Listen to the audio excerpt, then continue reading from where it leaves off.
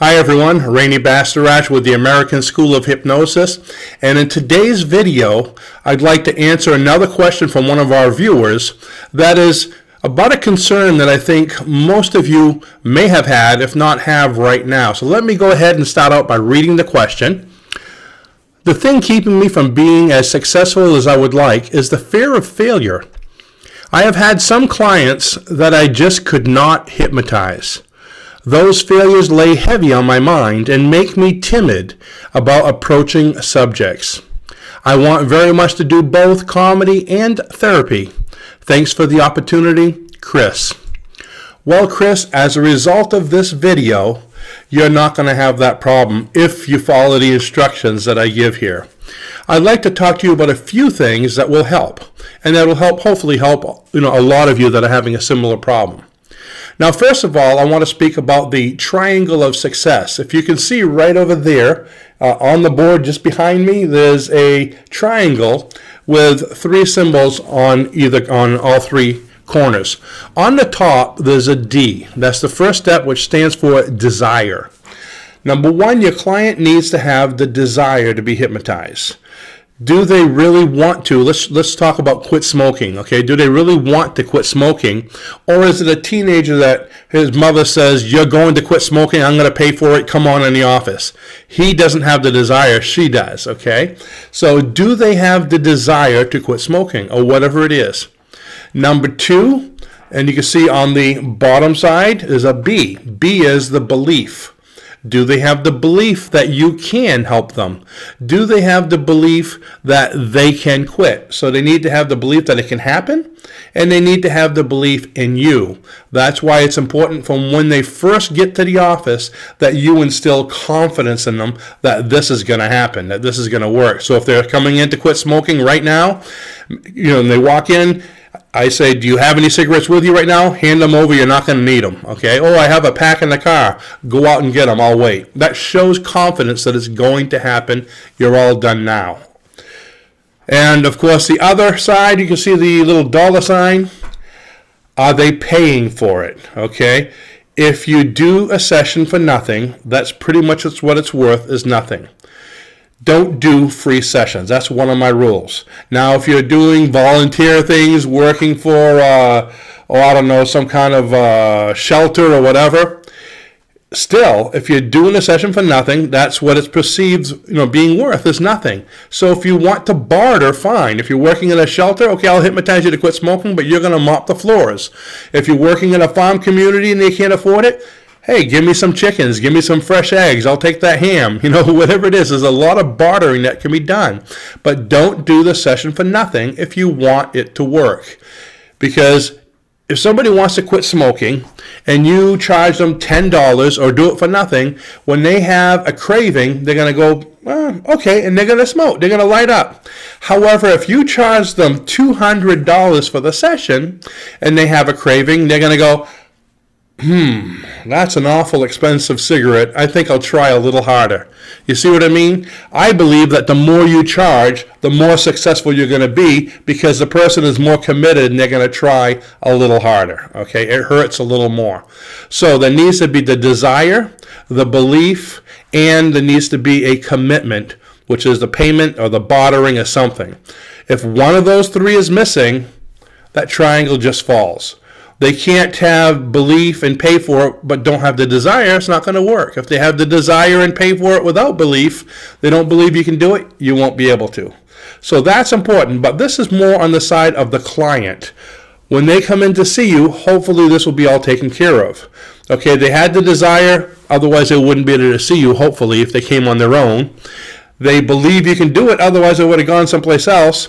And, of course, the commitment, they're going to pay you because they came into your office. So, again, if they're going to pay you a lot of money, they believe and they have the desire. So hopefully that part is taken care of. Now, let's go on to the other part, okay? I would imagine, my guess would be, Chris, that this client that you hypnotize, or most of the clients, that it didn't work were probably analytical clients. Unfortunately, a lot of places out there still only teach how to hypnotize non-analytical clients. Non-analytical are the ones who like to relax. That's what the majority of hypnosis sessions are like. You get in there and you relax your eyes, your nose, and you just sit there, and that's great. I call it the bored and the dead technique, and that works on quite a few people. 80% of society is non-analytical. However, if you try to do that to an analytical person, which are normally doctors, lawyers, psychiatrists, accountants, you do a non-analytical session with them, they don't like to relax. They're not used to relaxing. They don't even enjoy relaxing. They keep busy. So while they're sitting there and you're going sleepy, they're wishing they could look on their watch and get out of there. Oh, this is so boring. I can't wait to go. And as soon as they leave your office, they're probably going to light up a cigarette on your front porch, okay? So with the analytical people, you need to hypnotize them differently. So on the list that you see back there, actually on the other board, okay, it says the proper plus proper processing. So you got the triangle plus the proper processing equals success, if you can see that. I know there's a little glare on the board. So what's the proper processing? When they come into your office and you've spoken to them a little bit about hypnosis, they know what's going to happen in your preliminary, you need to do suggestibility tests. These suggestibility tests or suggestibility exercises that you do with your client are going to help you to know whether they're analytical or non-analytical, and you're going to hypnotize them accordingly. Because if you hypnotize a non-analytical person with an analytical session, it'll work, but they're not going to like it. It keeps their mind too busy. And if you hypnotize a very analytical client with a non-analytical session, they're not gonna enjoy it, and it probably won't work for them because they're going to be ignoring it most of the time. So get them according to their mindset, and you're not going to know unless you test them. So that's what I said, the proper processing. So if you haven't been doing that, start doing it. Now, rather than having to go to another whole school, I'd gladly like to have you take our home study course to learn how to do this properly. But if you don't have the time or the money and you just want to get jumping into it right now, go to our website, the link is below this video, and download our free hypnosis manual. The free hypnosis manual explains all of this about testing, has all the suggestibility tests, and how to determine whether somebody's analytical or non-analytical. So you'll get it for free in our manual.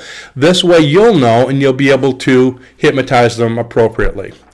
What I used to do is, or what I suggested all our graduates do, is before the client even comes in the office, have a stack of scripts for the analytical, everything you need for an analytical session, right here on this side of the table, and non-analytical over here. So you have two stacks.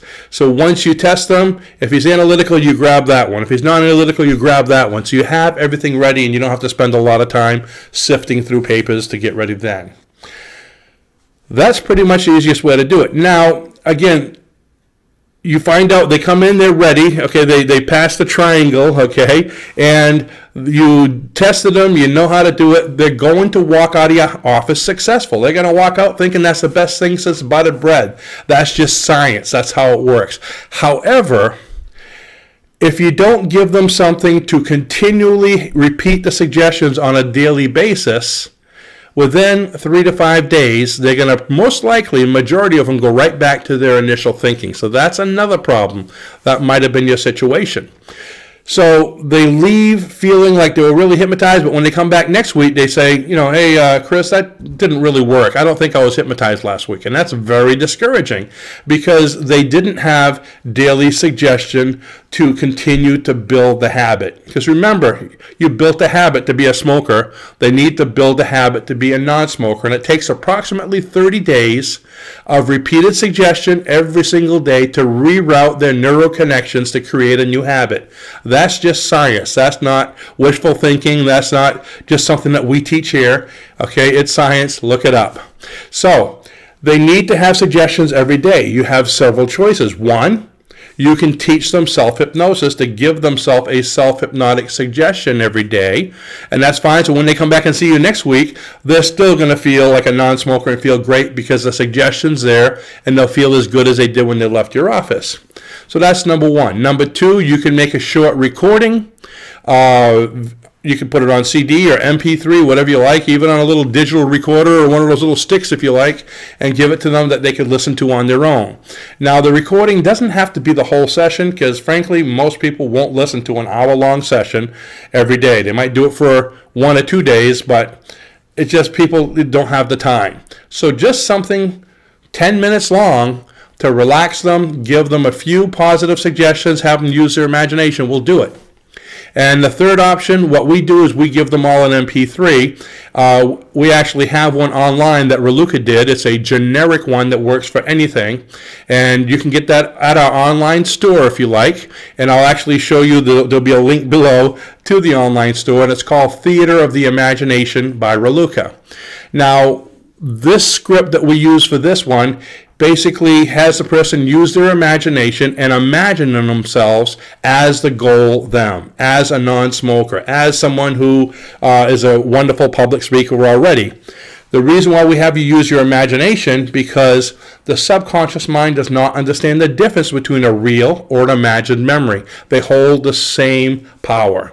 A real or an imagination are perceived the same. So if they imagine themselves as successful every day for 30 days, you built that habit of being successful. Because everything you do is a habit and you had to build it gradually through repetition. That's how it became an automated behavior, and that's what we're trying to do is build an automated behavior of becoming a non-smoker. So if you're interested in doing that, you can purchase that for yourself so you can see what it sounds like. It'll give you an idea of what it's supposed to be like, and you could even use similar words. Don't copy it exactly because it's copywritten, but you could even alter it and make it something that you can use with your clients. So that way you'll have one MP3 or one CD that you can give to everybody. Do that, you're going to be successful. I even tell the clients, if you listen to this MP3 every day and continue to come back, for your 4 sessions, because I want to make sure it's a complete month, you will quit permanently. If you don't, you won't. Now again, I'm giving my 100%. You're giving your 100% as a practitioner. They still need to have the desire, the belief, and the payment for it to work. So if they can listen to your MP3 every single day, but if they don't have the desire, again, we both have to give 100%. You as a practitioner and them as the client. So I hope that answers your question. Again, look at the links below to get your free manual and to look at our online store to get the MP3 if you want. And if you enjoyed this video, I'd like to ask you to subscribe and to leave a comment below. And one more thing, very important, this is one of the last questions that I had sent in. We had a whole mess of questions sent in, and we've been doing videos each week.